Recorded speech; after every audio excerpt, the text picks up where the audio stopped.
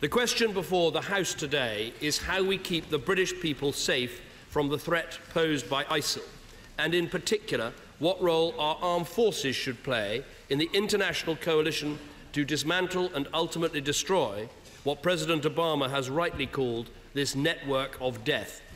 Mr. Speaker, there is no more serious an issue than asking our armed forces to put themselves in harm's way to protect our country.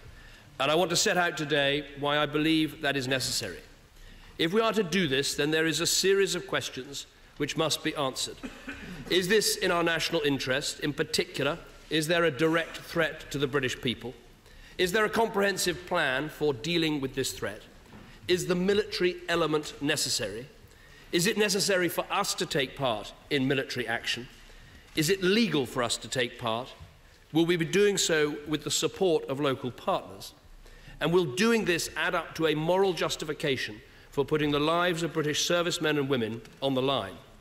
And above all, do we have a clear idea of what a successful outcome will look like? And are we convinced that our strategy can take us there? I want to address each of these questions head on. First, our national interest. Is there a threat to the British people?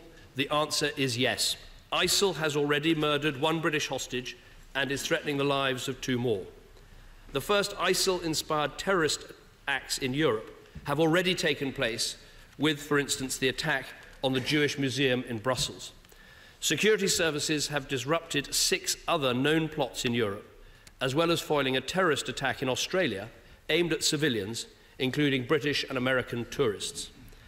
ISIL is a terrorist organisation unlike those we have dealt with before. The brutality is staggering. Beheadings, crucifixions, the gouging out of eyes, the use of rape as a weapon, the slaughter of children, all these things belong to the Dark Ages. But it is not just the brutality. It is backed by billions of dollars and has captured an arsenal of the most modern weapons. In the space of a few months, ISIL has taken control of territory which is greater than the size of Britain and is making millions selling oil to the Assad regime.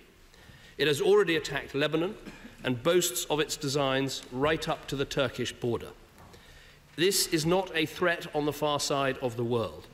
Left unchecked, we will face a terrorist caliphate on the shores of the Mediterranean and bordering a NATO member with a declared and proven determination to attack our country and our people.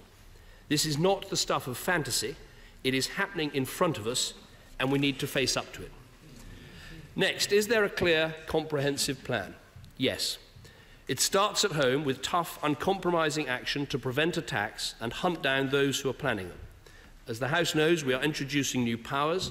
These include strengthening our ability to seize passports and to stop suspects travelling. It includes stripping British nationality from dual nationals and ensuring that airlines comply with our no-fly lists. And in all of this, we are being clear about the cause of the terrorist threat we face.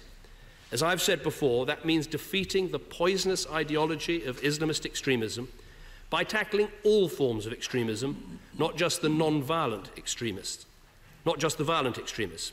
So we are banning preachers of hate, prescribing organisations that incite terrorism, and stopping people from inciting hatred in our schools, universities and prisons. Now, of course, some will say that any action you take will further radicalise young people. I have to say this is a counsel of despair.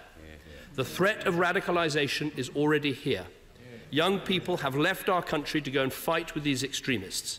We must take action at home, but we must also have a comprehensive strategy to defeat these extremists abroad. Two questions he's not put to himself. How long will this war last, and when will mission creep start? Well, let me answer that very directly. This is going to be a mission that will take not just months, but years. But I believe we have to be prepared for that commitment. And the reason for that is, I think quite rightly, America, Britain and others are not contemplating putting combat troops on the ground. There will be troops on the ground, but they will be Iraqi troops, they will be Kurdish troops, and we should be supporting them in all the ways that I will describe. In terms of mission creep, I would address very directly later in my speech why we are discussing what is happening in Iraq today, and only that.